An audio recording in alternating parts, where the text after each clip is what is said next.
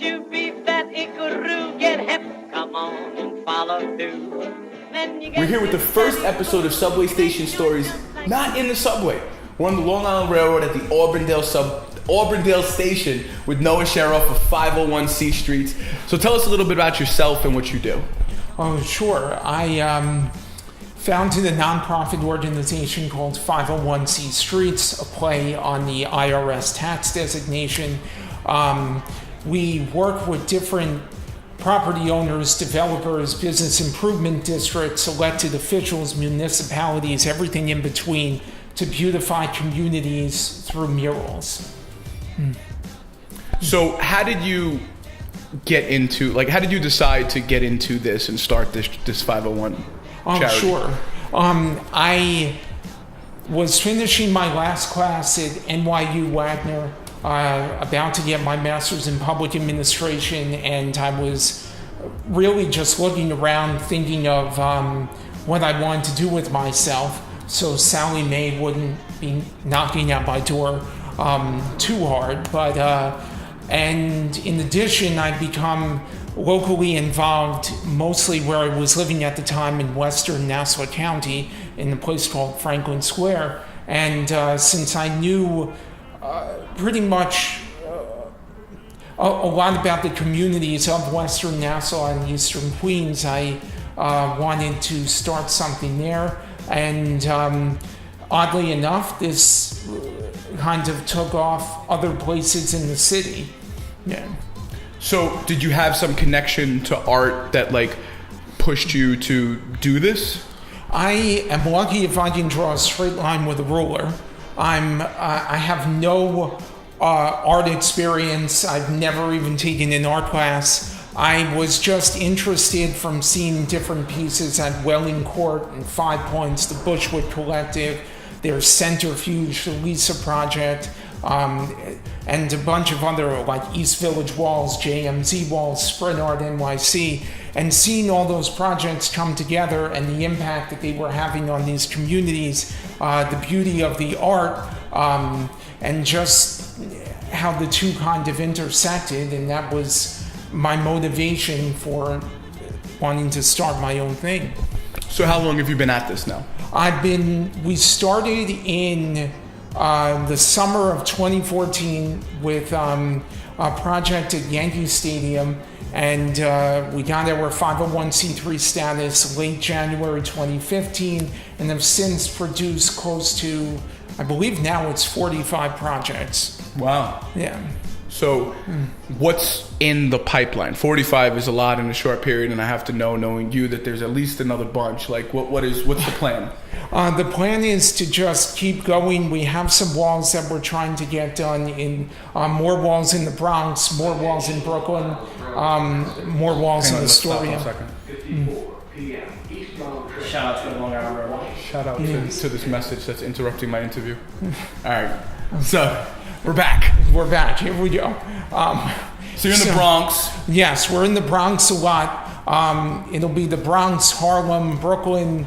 I just applied to try and do more things in Jersey. And hopefully even north of the city. There seems to be some interest in Westchester. I met with a few people there, and perhaps other parts of the Hudson Valley.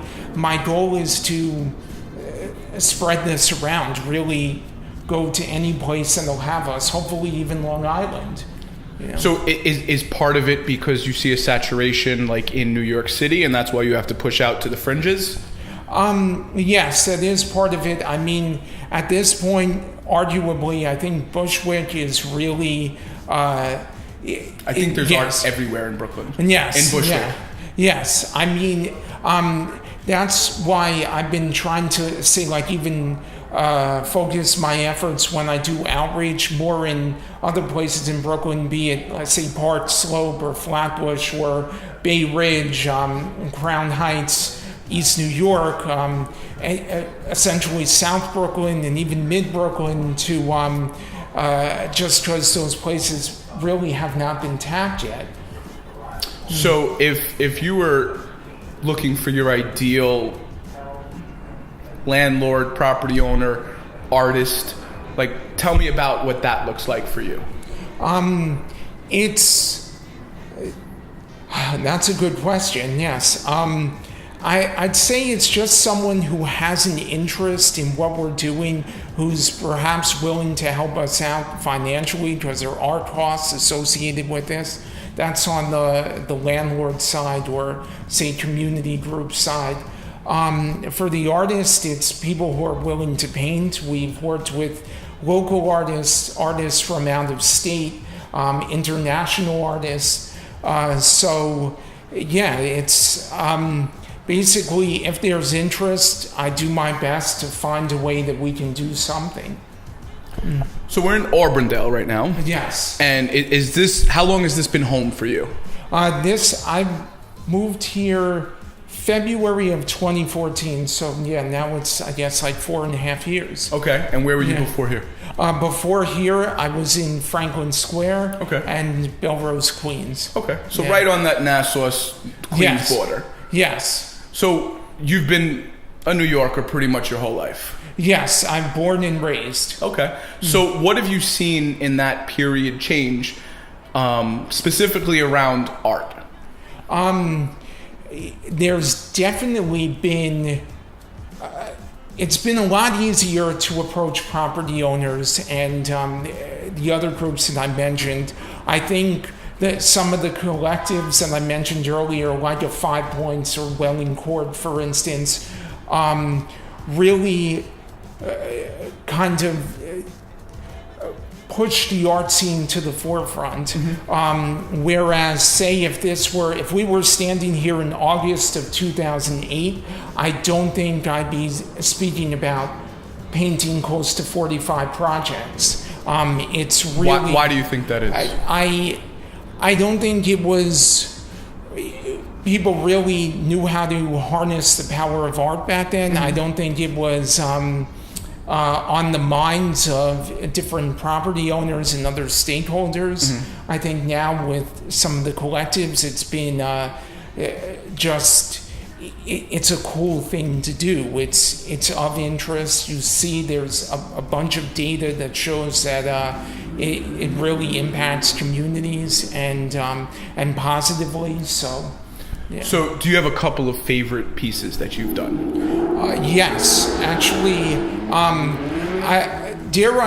me start off by saying that all pieces without knocking on and right. But there's some just the stories behind them, and I'm actually working on the book right now with a friend of mine who founded a publishing company. From NYU, but just some of the stories behind them really click for me. Like there's one that we have on Jackson Avenue in the Bronx. Richard Wilson painted it. It's of a Harlem DJ, and her record collection. It was such an incredible experience, and just kind of how the stars aligned to put that project together, from the outreach and just all of that coming together really made this project particularly successful.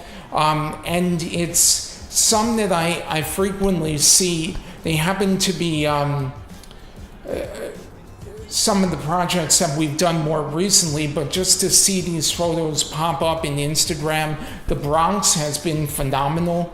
I love working there. It's absolutely phenomenal. It's such a great place to work. It's a very vibrant community. It's or vibrant borough, I should say. So it's just always a pleasure to work there.